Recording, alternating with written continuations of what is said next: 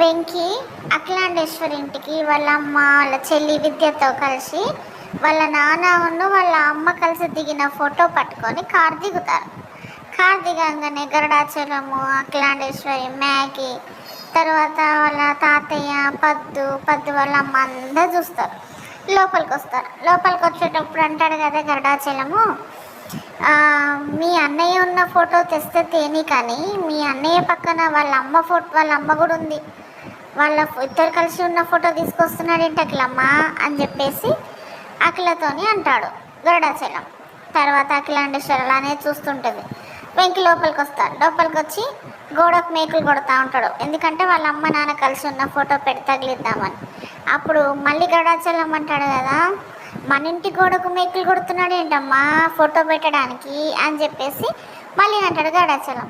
అప్పుడు అఖిలాండేశ్వరి కోపం వచ్చింటుంది కదా, ఆ ఫోటో ఏంది అని చెప్పేసి దీర్ఘంగా అంటుంది. అంటే నీకు అడిగే హక్కు లేదుగా అని చెప్పేసి వెంకీ అంటాడు. అసలు ఈ ఇల్లు ఎవరిది? మా తాత నరసింహనాయుడు గారిది. ఆ తర్వాత మా నాన్నగారైన భార్గవ నాయుడు గారిది. ఆ తర్వాత నాది కావాలి అని చెప్పేసి వెంకీ అంటూ ఉంటాడు. అప్పుడు అందరు షాక్ అయ్యి అలానే చూస్తాడు. ఇంకా అఖిలాండేశ్వరికి కోపం బాగా వస్తుంది. అసలు నేను ఎందుకు లోపలికి రానిచ్చానా అన్నంత కోపంగా చూస్తూ ఉంటుంది.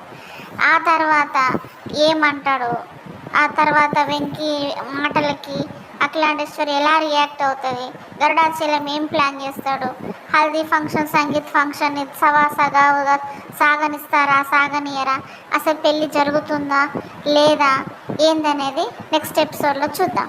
ప్లీజ్ సబ్స్క్రైబ్ మై ఛానల్ అండి. బాయ్.